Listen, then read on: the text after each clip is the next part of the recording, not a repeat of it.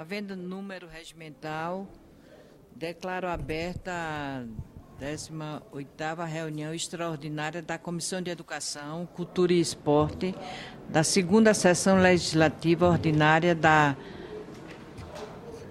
24ª Legislatura. A presente reunião atende ao requerimento de número 47, de 2002, de autoria dos senhores senadores Paulo Paim, Ciro Miranda e Paulo Davim, para a realização da audiência pública destinada a debater o desenvolvimento integral da criança, da teoria prática, inserida na programação da 5ª Semana de Valorização da Primeira Infância e Cultura da Paz, que se realiza nesta semana no auditório Petrônio Portela. As palestras serão realizadas com tradução simultânea. E, dando início à audiência, solicito ao secretário da comissão, senhor Júlio Linhares, que acompanhe os convidados para tomarem assento à mesa.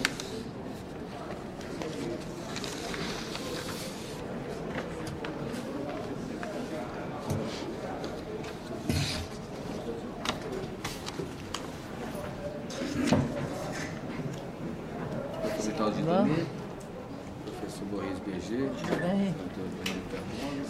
tudo bom?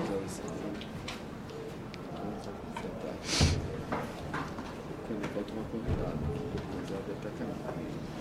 Deixa eu passar para aí, desce aí. Deixa eu tirar outra de baixo para não precisar. Informo que esta audiência será transmitida na íntegra pela TV Senado e tem cobertura da Agência Senado, Jornal do Senado, Rádio Senado e Instituto Legislativo Brasileiro, que retransmite para todas as Assembleias Legislativas e outras entidades. Informo que os fones de ouvido para tradução simultânea estão disponíveis no corredor ao lado desta comissão. Quero saudar aqui também o deputado Osmar Terra, que preside a Frente Parlamentar da Primeira Infância. Aqui.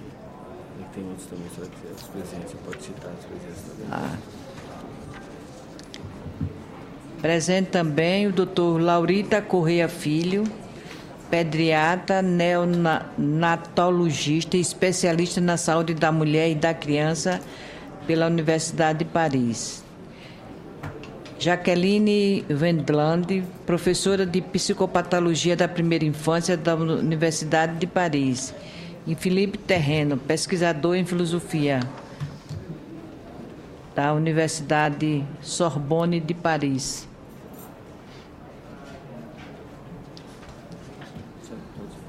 Os convidados já iniciou, né? Já, sim. Então pode passar a palavra para o professor Luiz Berger por 15 minutos, acho que foi mais 15 ou 20, vai ser o critério da sala. Com a palavra, o nosso primeiro convidado, Maurício Berger, por 15 minutos. 15 minutos. 15 minutos. Ou menos, se o senhor quiser. Acho que não quer mais. Mas, então esteja à vontade. PowerPoint?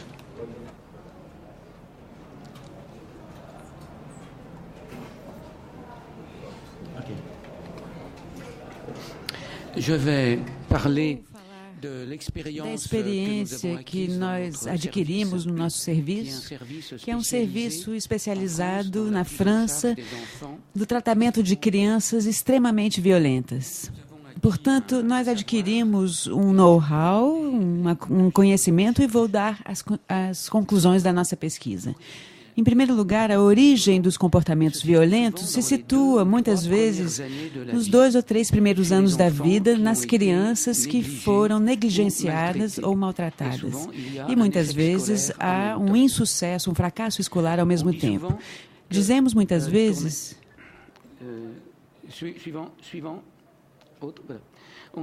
Dizemos muitas vezes que a origem desses distúrbios é a precariedade, a pobreza. Ou seja, Mas não é, de fato, o caso. A pobreza agrava, claro, porque ela é uma causa de estresse. Mas o primeiro distúrbio, a primeira causa de violência é o que nós chamamos o distúrbio da parentalidade. Pais que não conseguem entender as necessidades de suas crianças pequenas. Esses pais não são culpados.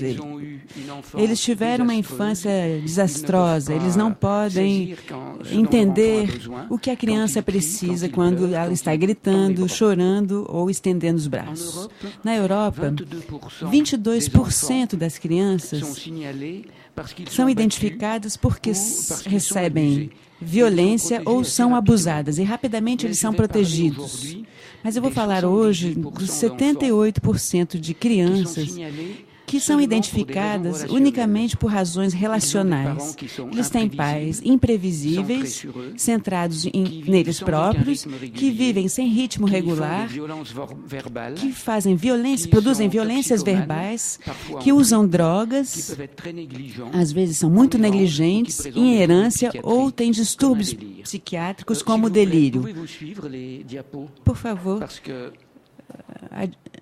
Os slides podem seguir automaticamente, por favor? Obrigada.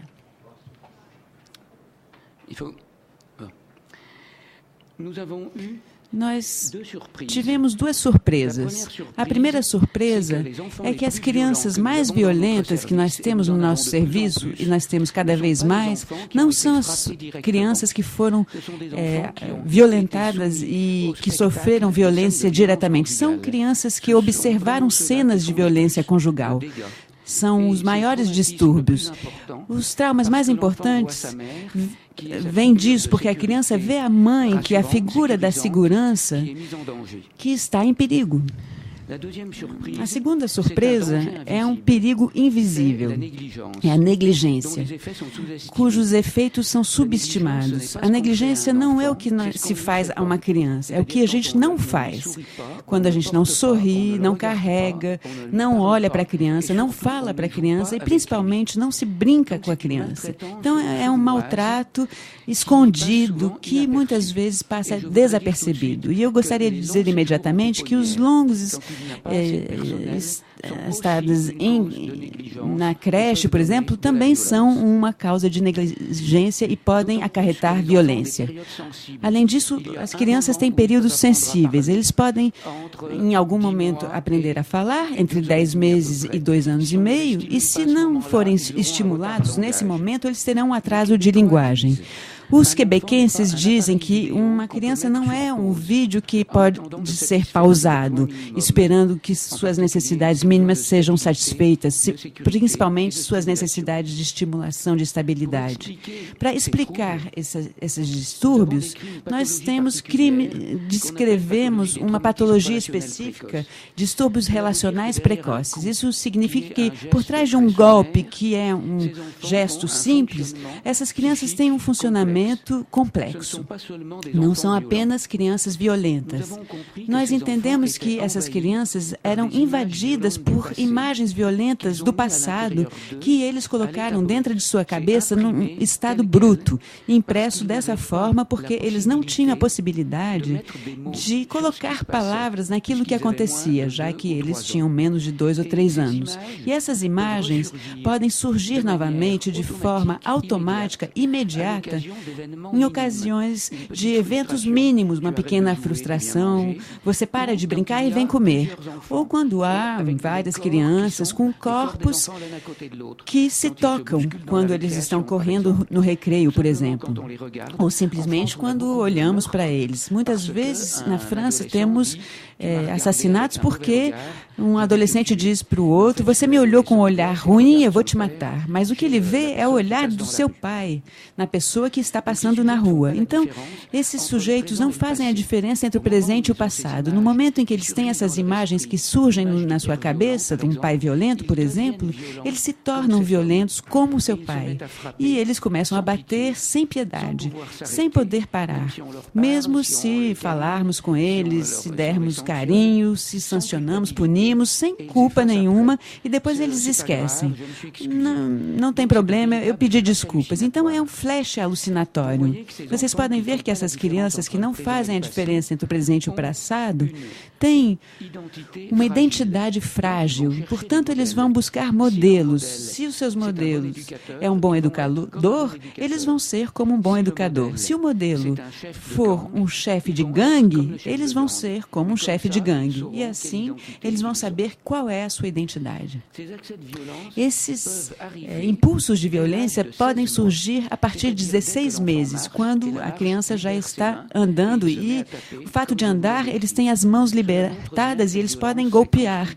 Então, a violência é construída muito cedo. Há outro elemento também, é que desde o nascimento, essas crianças são submetidas a uma situação de estresse constante, porque eles são negligenciados ou porque eles têm pais que são violentos e imprevisíveis. O estresse aumenta o cortisol no sangue e esse cortisol passa no cérebro também. Isso atinge uma zona neurológica, o sistema límbico, e até 16% de células a menos. Essa zona cerebral permite a regulação das emoções, notadamente a regulação da agressividade. A proteção da criança deve, em primeiro lugar, ser uma neuroproteção.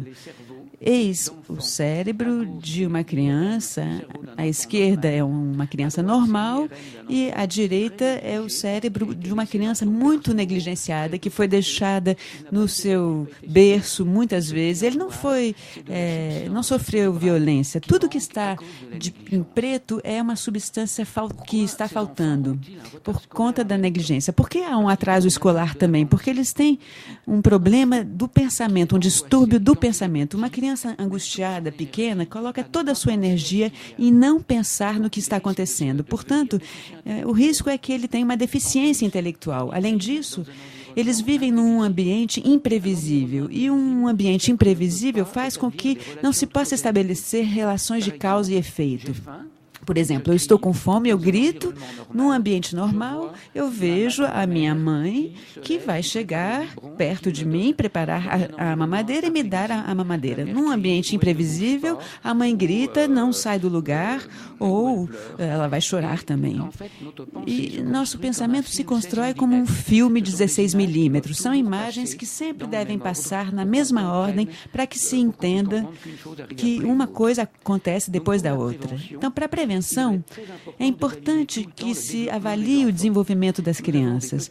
Nós temos pequenos testes para isso. Eis um pequeno exemplo, um cubinho vermelho. Olhem para mim, o cubo vermelho. Um bebê de 9 meses, quando se coloca um papel em cima do cubo e pergunta para ele onde está o cubo, uma criança normal tira o papel de cima e vê o cubo. Isso quer dizer que quando ele não vê o cubo com os olhos, ele tem uma imagem mesmo assim na cabeça. Ele tem um mundo estável, permanente na sua cabeça. Um bebê que vive num mundo incompreensível vai virar a cabeça para a direita, para a esquerda e perde o cubo.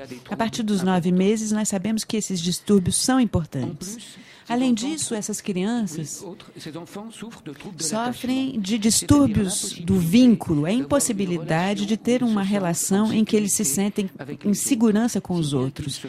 Ou seja, eles se colam em permanência, ou então eles atacam todos os bons momentos. Eles colocam a família de acolhimento, a instituição, o abrigo, o pessoal do abrigo fica em dificuldade. Então, há também um distúrbio muito importante. Essas crianças não sabem fazer de conta, porque nunca brincaram com ele quando eram pequenas. Jogos de esconder, jogos de água, colocar a água num recipiente, depois em outro recipiente. Ora, nós sabemos com certeza que os protídeos, os lipídios, os glucídios são alimentos do crescimento físico e o jogo é o alimento do crescimento psíquico, porque o jogo permite transformar a agressividade em jogo de faz de conta. Nós observamos isso nos nossos bairros difíceis, quando há problemas de violência coletiva. As crianças que atacavam muito diziam que eles atacavam para brincar. Eles eram incapazes de fazer a diferença entre brincar e fazer de verdade. verdade é a coisa. Quando eles queimavam uma escola ou um jardim de infância, eles diziam que era um jogo, uma brincadeira. Além disso, essas crianças têm uma hiperquinesia, um distúrbio da concentração que impede o aprendizado e, muitas vezes, uma grande impulsividade que faz com que eles explodam. Há outra coisa, a negligência acarreta distúrbios do esquema corporal e quando nós não temos uma boa imagem do nosso corpo, nós não conseguimos aprender. Eis um exemplo muito rápido, uma figura. É um desenho. Nós pedimos para uma criança que ela copie esse desenho, chama figura de ré, simplificada, e eis a cópia depois da criança de 6 anos. Vocês podem ver que a cópia é completamente fragmentada, explodida, não há mais conteúdo. Depois, e a memória é catastrófica.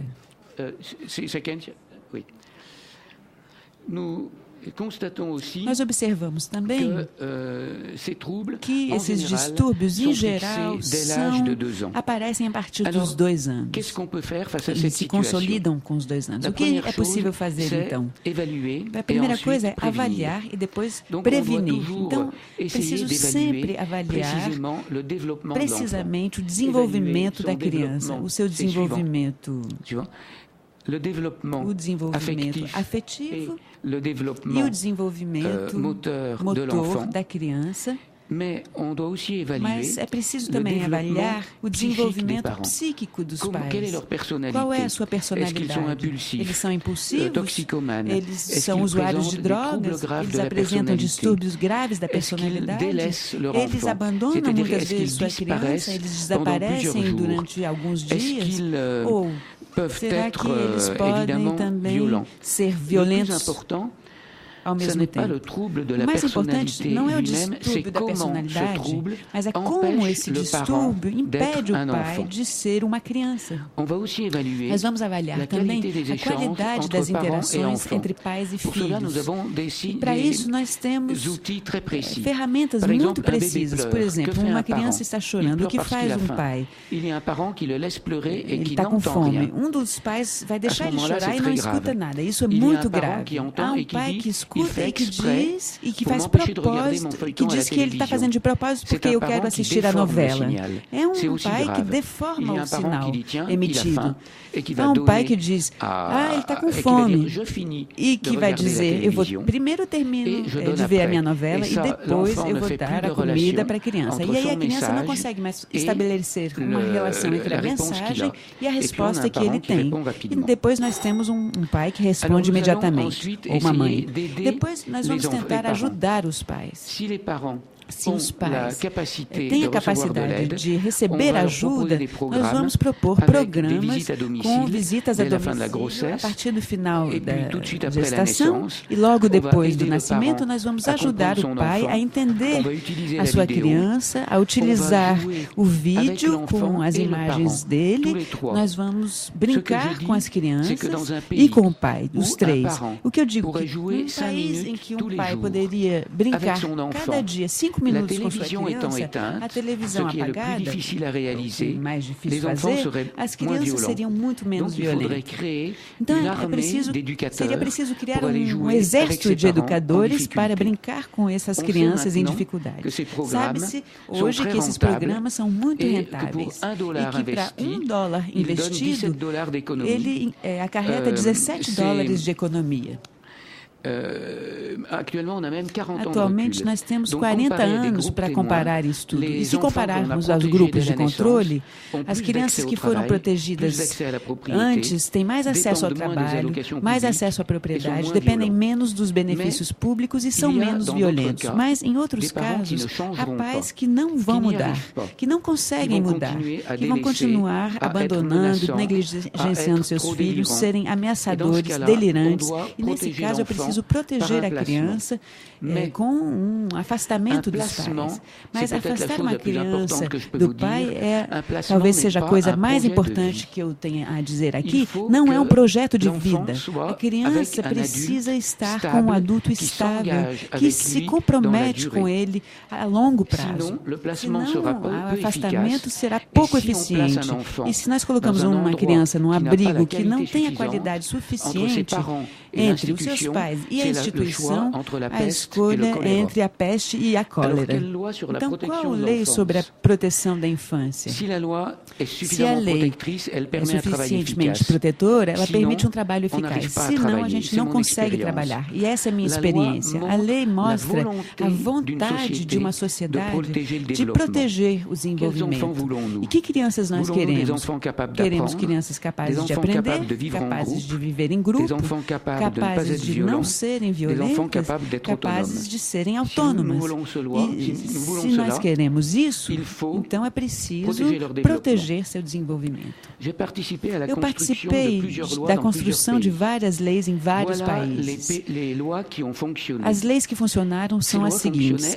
Essas leis funcionavam com o princípio de que o interesse da criança era prioritário. O interesse da criança se definia como a necessidade de se levar em conta as suas necessidades fundamentais, físicas, afetivas, intelectuais, sociais. Mas há uma pergunta: quais são as necessidades mínimas que devem ser satisfeitas para que uma criança se desenvolva corretamente? Essas necessidades são hierarquizadas, apresentam uma hierarquia. As primeiras são fisiológicas, não sentir frio, fome, dor, etc. A segunda é a segurança, ou seja, ter um adulto confiável, estável, previsível, acessível, capaz de compreender as necessidades de uma criança pequena e que dá uma segurança para ele. Há uma frase chocante. A primeira necessidade de uma criança pequena não é de ser amada, mas é de ser confortada e de se sentir em segurança. Senão, uma criança um pai pode amar seu filho à sua maneira, mas sem lhe dar o sentimento de segurança necessário. Então, se um pai pode ter uma ajuda, é melhor. É sempre melhor, mas se não, é preciso afastar a criança e colocar no abrigo. E aí, a lei deve ser detalhada. E nós dizemos que o diabo se esconde nos detalhes em relação a uma lei, porque há sempre um advogado que vai encontrar numa lei algo para distorcer a lei. Então, há, por exemplo, a duração máxima de afastamento autorizada para uma criança antes que haja um projeto de vida estável. Isso deve estar na lei. Para acabar, eis a pirâmide de Maslow, as necessidades fisiológicas e só depois a necessidade de segurança psíquica. As outras necessidades, ser amado, a pertencer a um grupo, são importantes, mas é depois. Então, com essa lei, quando ela é sólida, os profissionais têm um mandato claro quando eles intervêm junto às crianças. É proteger o desenvolvimento da criança. É preciso saber que esses dispositivos de prevenção são muito custosos, mas eles são mais custosos ainda quando não são implementados. Por exemplo, no nosso serviço, tratar uma criança violenta custa 1,2 milhões de dólares norte-americanos. E quando há um fracasso escolar, as crianças dependem do Estado durante toda a sua vida, porque eles não conseguem aprender uma profissão. Então, minha última frase é: um país que deixa os seus bebês angustiados não pode se queixar depois de ter adolescentes e adultos violentos. Muito obrigada.